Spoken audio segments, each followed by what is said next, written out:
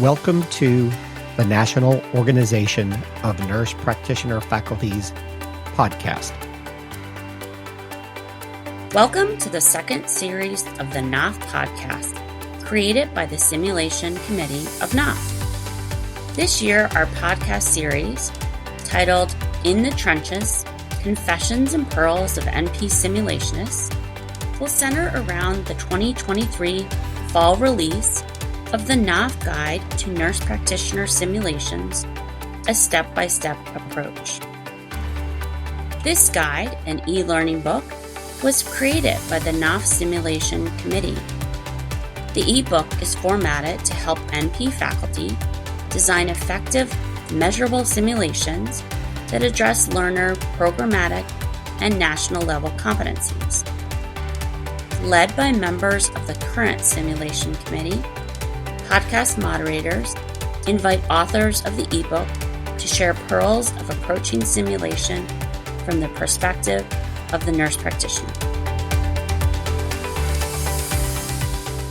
Welcome, everyone. I'm Elaine Kauschinger, and I'm a family nurse practitioner and assistant professor of clinical nursing at Duke University School of Nursing. Today, I'll be your moderator for this podcast on the Exemplar, coming from our NONPF Guide to Nurse Practitioner Simulations, a step-by-step approach. And if you've already purchased the ebook, you know that this is referring to the information in Chapter 11. We're going to be talking about the Exemplar, which is based on a patient, primary care individual, had headaches, was followed, and then finally, after a series of tests and diagnosis, was found to have brain cancer. So with that, I'd like to turn our attention to our guest panelists, and that's Dr. Mary Brennan and Dr. David House, and I'd like them to provide you with an introduction and some information about their expertise in simulation. So, Mary, why don't you go first? Thank you so much, Elaine. It's a pleasure to be here. My name is Mary Brennan. I am the director of the Adult Gerontology Acute Care Nurse Practitioner Program, and I'm the co-chair of the NONPF Simulation Committee. And in my program over the last 10 years, I've developed, I would say, 15 simulations that the students engage in over the course of their AGA-CNP curriculum. And just briefly, I'd say it's been a wonderful experience for the students that they're able to practice many of the competencies as they progress throughout the curriculum. My name is David House. Thank you, Elaine. Great to be here with you and Mary. And so I'm an associate professor at the University of Alabama at Birmingham. I teach in both the graduate NP and DNP programs, and I'm actually co-coordinate the emergency nurse practitioner pathway. And so we use simulation a lot, of course, like many others out there, for our NP students to help prepare them for that clinical experience. And so I've been doing this now, I guess, 5, 6, almost 7 years now, I think. And I've been on, happy to be a part of the simulation committee here at NONPF for the last 2 to 3 years. So I'm just really excited to talk about our efforts in this particular chapter. So thank you. Thank you, David. And my particular expertise in simulation is focused on virtual patient simulation. And before we start with our questions, just also like to mention that all of us are members of the Simulation Committee at NONPF. So with that, let's turn our attention to the first question. And going to ask Mary, were there any particular experiences or challenges that motivated you to create this particular resource, the Exemplar? Well, yes, Elaine, I just know the research in this area, and I know that providers have a very difficult time delivering bad news to patients. And if seasoned providers have difficult times, I know the students have difficult times, and I've seen it in the simulation as well. And we know that the communication competencies are so important for our nurse practitioner students, and particularly with the ushering in of the new AACN Essentials it's imperative that we help our students develop competencies. We actually elected to have our students use the Spikes protocol. And in this exemplar, we integrate the use of the Spikes protocol. And just briefly, the Spikes protocol is a complex communication tool that individual providers can use to help ease the distress of providing bad news. And in just brief summary, Spikes is an acronym for this particular step-by-step approach to communication. So it starts off with S for setting, and that just reminds the provider/student to ensure that there is a private setting to discuss this news with the patient. The second is the perception, and this is just to remind the provider/student to actually ask the patient how much they already know about the news that they will be delivering or the illness or disease that they're going to be talking about. The third, I, stands for invitation, and this is where the provider invites the patient to tell him or her how the patient likes to receive information. Do they like to receive all the information at once, or do they like to receive chunks of information? 4 is the actual knowledge that you will be providing to the patient. And the Spikes protocol, they recommend that you actually provide a little bit of a warning shot to the patient.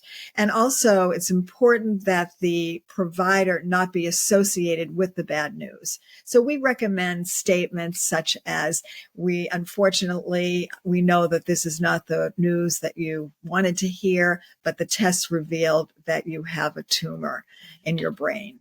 Or another exemplar might be, I know you wished for better news. Unfortunately, the CAT scan revealed the tumor in your brain.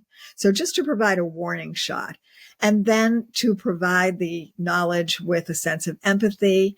And empathy is the next step, E for empathy, and where we just encourage the provider student to allow the patient time to verbalize their feelings. We think that's so important. And then lastly, just summarize or strategize. So summarize what the news has been to the patient. Oftentimes, patients are so anxious when they're receiving news that they may not have heard everything. So this is a good opportunity to reinforce what the bad news has been, and then to strategize with the patient about the next steps. Thank you. Thank you so very much, Mary, for that overview. I know that when we're discussing about bad news and the NP student, there's a complex communication strategy, and it's also about managing their emotions during this particular scenario. Now, we all know that most of the nurse practitioner students, they're experienced registered nurses. They have worked in work environments that are emotionally charged. However, we also have to be mindful during the simulation that they are in role transition. And so that is something that the faculty, of course, is aware of. And the simulation, we found, can really help address these particular challenges. They provide a structured framework for delivering bad news. And so the student is aware of the elements that they are supposed to be providing, say, through a debrief before the actual simulation. And so it allows the student to practice their communication skills. Very important is that they recognize this is a safe environment and a supportive environment, and that later on they're going to be provided feedback from the faculty or whoever has been assigned to that, and then they're given guidance on how to improve the delivery of such an emotionally charged diagnosis. I'd like to turn our attention now to our next question. And David, perhaps you can reply to this. How can an exemplar be helpful for a nurse practitioner, faculty, or new to simulation-based teaching? And are there any specific aspects of the exemplar that are particularly valuable for faculty who are just starting out to develop their own simulation? Well, yeah, Elaine. I think this exemplar is very, very helpful because not only, as Mary touched on, the spikes protocol, it gives a good overview of that, but it delves into the actual planning stages, what faculty should consider when planning a simulation. So this exemplar is helpful for the planning. It also talks about and touches on the theoretical frameworks, the various frameworks, self-efficacy, and then we go in and talk about the pre-briefing, right? And how pre-briefing and even self-efficacy and simulation is very essential for both new and experienced nurse educators. And it, touches on those various aspects. And then also it talks about, the debriefing, how the debriefing process, how it consists of feedback and potentially guided reflection and things like that. And so as, providing the immediate feedback, individuals will be able to kind of go through their evaluation of, themselves, problem solving, and set goals, for their future performance. And so I think this exemplar provides that tool or that framework in order to help the new educator that's trying to develop simulation, or there's I think little golden nuggets of information in there for the more experienced simulationist as well. Another great thing that with this exemplar, we also provide a video of what that pre-briefing and debriefing looks like, as well as the actual simulation using that spikes protocol. So there's a lot of information here, and so I encourage everybody to go check it out. Great. Great insight, David. And we have time for one more question. And in your experience, Mary and David, how have you found that NP faculty respond to using exemplars in simulation-based teaching? Have you found that they're well received, or are there some common challenges or concerns that faculty have expressed using this approach? Well, I think what David said was so important about incorporating the theoretical background and particularly self-efficacy, because self-efficacy talks about having 4 different sources of self-efficacy, and one is vicarious learning. So learning through observing others. And I just think the video is a great way for having both students learn about the spikes protocol. And this is also a great way for faculty to learn about implementing a particular simulation. So I think the video is just a very innovative way of disseminating this information. And in my experience, I do think all of the NP faculty that I know of who are engaged in simulation are continually learning. And so I just think this video will provide additional resources and an innovative resource. Yeah, and I would have to agree with Mary. I mean, I think everybody that I've ever come across is always looking for some type of exemplar or a tool or a framework in order to help them plan out a simulation and conduct it. I think as educators, we all want to do our best for our students, and educating those nurse practitioner students who are about to be in that clinical setting, or they're going to face those types of challenges, when they get out there and they graduate and actually are practicing. So I haven't, ever noticed any type of, resistance to faculty not wanting to use the exemplar, because I think we all, as Mary touched on, I mean, we can all learn something from, just observing to then conducting simulations. So I think I haven't met any resistance so far. So. Well, thank you so very much, Mary and David, for sharing your expertise Thank you so very much for the audience listening to our podcast. And we invite you to continue your learning experience in simulation by continuing listening to our other podcasts. Thank you so very much for all of your time and attention. Thank you. Thank you, Elaine.